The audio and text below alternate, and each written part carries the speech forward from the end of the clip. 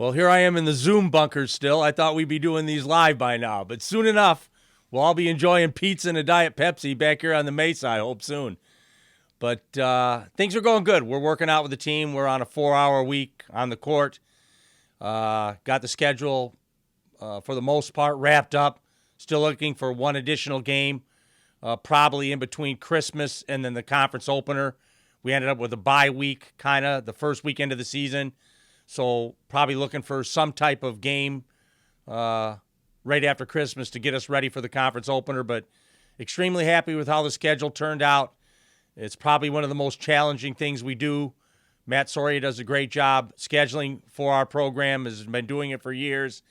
And it's always trying to come up with a formula that gives us a chance to be an at-large team in the NCAA tournament when the season ends. And so we have a couple opportunities to do that. We have November and December in the non-conference, and then we have the conference regular season to play ourselves in, and then we have 3 games in the conference tournament. And so we try to find the best route to continue to be an NCAA team, which we've done, obviously, 9 of the last 11 or 12 years. Thank you, Coach. Appreciate it. We'll open it up for questions. We'll start with John Schaefer. Hey, Dutch, great to see you. Hope you're doing well and the family as well. You mentioned looking potentially for an additional game. Would that likely be a non-Division I game in that time period? That would probably be my thoughts, John. I'm not locked into anything, but coming off Christmas break, I don't know if we'd want a high caliber game. The tendency would then be to try to bring them back, not give them a day or two off for Christmas, which I have to do, I want to do. So come back with more of a tune-up game where it'll be challenging, yet it'll be more important to get our timing back after having 3 or 4 days off for Christmas. Where does this non-conference schedule rank for you? I mean, it looks to be extremely challenging, obviously, the Michigan game, the addition of St. Mary's, Neutral, Wooden, Arizona State, BYU. I mean, this is a legitimate non-conference schedule. Is this as tough as you've scheduled before? This is how you schedule when you think you have a lot of seniors on the roster, which we do, 8 seniors, that want to play in games like this. You schedule like this when you've had good success, and we've had great success at San Diego State. And so we're up for the challenge, and we ask to play everybody. There isn't a team in the Pac-12. We don't ask almost on a yearly basis if they'll play. We got Arizona State this year. We try to go national. I don't like traveling time zones. You know, I'd like to get Pac-12 opponents. I'd like to get Big 12 opponents that are closer, Texas or somewhere we can get to without flying 3 time zones. But I couldn't pass up on the Michigan game. They're going to be ranked in the top 10, maybe top 5 when we play them. And just to have that type of challenge with a veteran team, I thought it was something the kids would like, that challenge. And so we will take that challenge. Obviously, playing at BYU, playing St. Mary's in a neutral, those are high quad games for us. You know, it's not Pac-12, but it's some of the best opponents in the West. And to have a chance to play those 2 teams. The Wooden Legacy is always a challenge. To open with Georgetown is going to be a lot of fun. And then obviously get either USC or St. Joe's will be another challenging game. So we've scheduled up, and I like scheduling up. I know a lot of times fans are concerned that our schedule's not tough enough. Know this, we ask to play everybody, and we only can get those that want to play us. And so I think we've done a good job with this year's schedule. And then lastly, Coach, can you talk a little bit about this weekend? I believe you're having a ring ceremony for winning the Mountain West regular season and tournament championship last year. Can you just discuss what the plans are for this weekend and how proud you are, of course, of what you guys accomplished a year ago? Well, first, we're super excited to see the Aztecs versus the University of Utah. That's going to be a heck of a game, and I hope that not just us, but all Aztec fans are supportive and find their way to Carson to see that game. We are going to be honored, I believe, at halftime. They'll present us with our rings. So that's always a tremendous honor to have them won the regular season conference title and the tournament conference title. To be honored in front of Aztec fans is always a great accomplishment and great to have that kind of support. So we will go up there and root our Aztecs on to a victory versus Utah. Thanks, Coach. Thanks, John. We'll go to Jason. Hey, Coach. Thanks for coming on. Jason Freund with the Daily Aztec. I wanted to ask, your November 12th matchup, you're going to be going up to Provo to Utah to face BYU. There's a lot of history with that team there. Can you talk about the game against BYU for a bit? Well, that's a series I love, and I've talked to Coach Pope about continuing that series. I think both fan bases embrace it. They look at it as a high quad game against rival schools. And so I'd like to continue that series, even with BYU moving over to the Big 12. I think it's a series that's good for both programs. And from the feedback I've got from Mark, he likes the series. So hopefully it'll be something that continues. We beat them at their place 2 years ago. They beat us at our place last year. So home court has not held up the last two meetings. So hopefully that continues where we can get into Provo and find a way to sneak out a win against a good BYU team. Now, I wanted to also ask, with some of these early non-conference games, will we be seeing some underclassmen such as Che Evans be playing in non-conference play, or is it going to be continuing rolling out starters and upperclassmen? Well, we're trying to win the game, so we're going to play the best players we have. And if Che plays his way into that rotation, then he'll be on the floor. But we're deep again. We have a deep roster. We have a talented roster. And it's going to be a fight every day to find your niche and minutes in this program. And that's the way I like it, and that's the way the kids like it. They come here to compete at a high level, and that competition is not just games. It's practice every day. And so I'm extremely happy with the way they've looked so far. And I know we're going to be good. How good, that I don't know. How soon we're going to hit our stride and be the team I think we can be, I'm unsure of that. That will only come with time and proof on the court. So we're going to be good this year. How good, I'm not sure. Thank you very much, Coach. Thanks, Jason. We'll go to Mark. Hey, Coach. You just said you're going to be good. You don't know how good, but obviously when you put together a schedule, you don't often know, and you know you have 7 seniors, you don't know exactly what you have. Do you have a better sense now that they're back on campus, you've seen them work out, for a few weeks, what the identity of this team's going to be? Yeah, Mark, I like our talent level. We have size and strength. We have maturity. We're going to be good.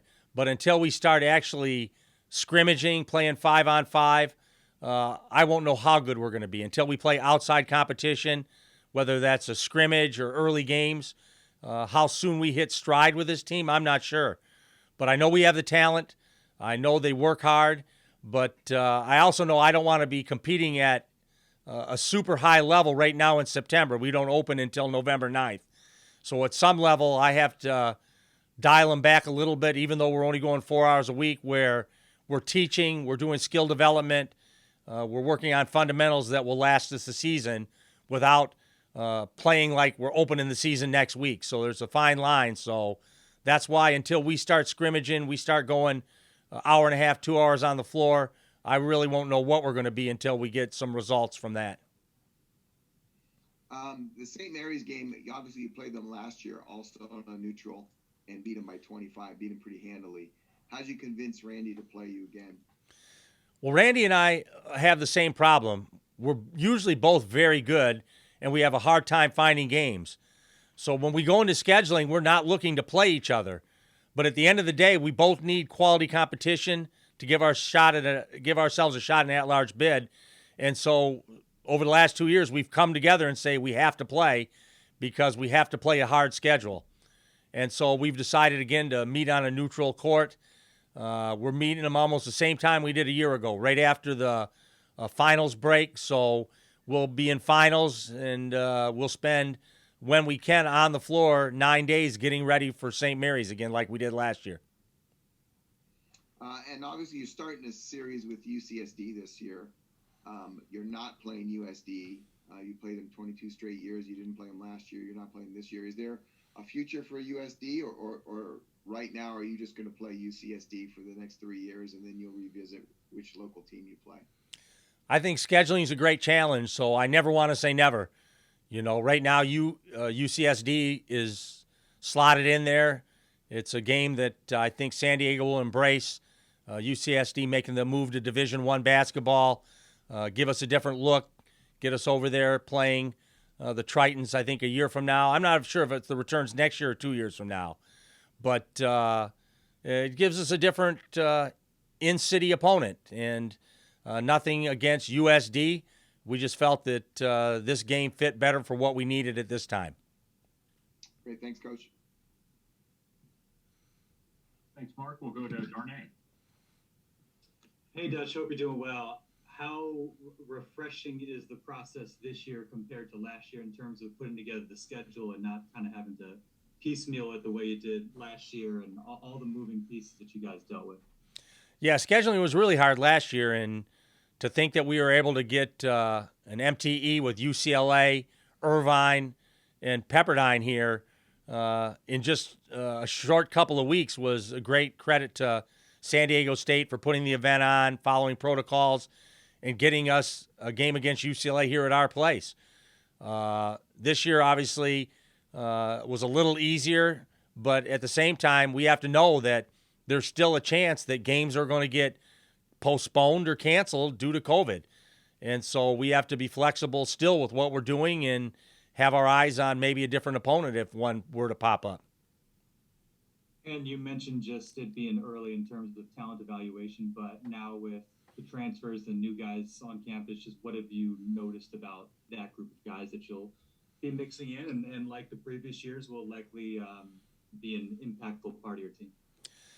Well, we're just trying to teach them what Aztec basketball is about. It's about defending at a high level, about sharing the basketball and playing the right way, and that you have to sacrifice part of your game at times to win.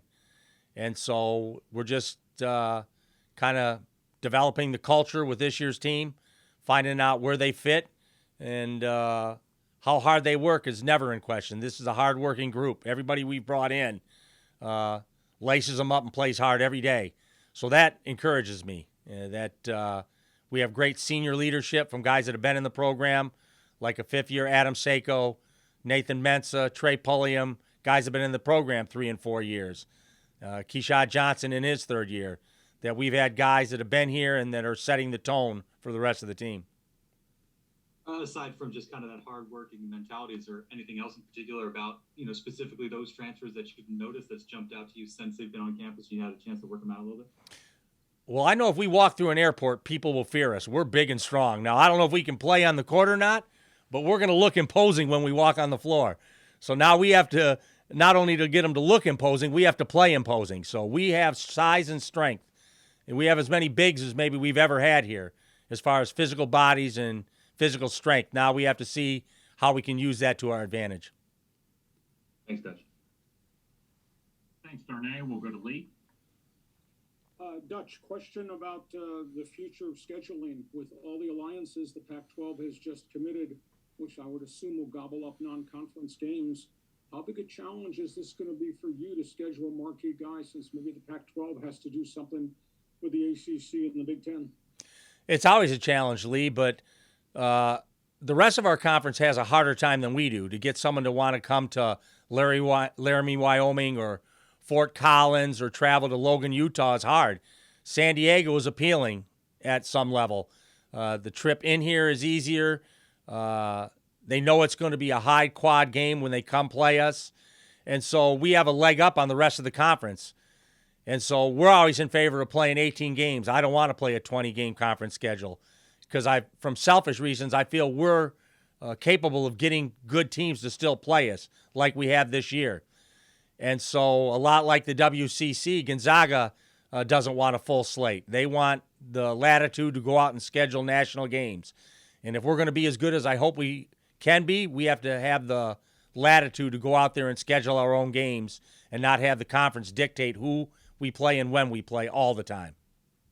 Sidebar question, do you have a 100% vaccination rate? And is the testing for your players every week, every day? Is it different this year than last year's protocol? Yeah, we have probably everybody but 2 players that are fully vaxxed. A couple of them, I think, were trending that direction. I can't get into specifics why they haven't at this point, but we're encouraging them to get vaxxed. We can't tell them to do it. Those that aren't vaxxed obviously are tested every week. The vax guys are not tested on that same regimen.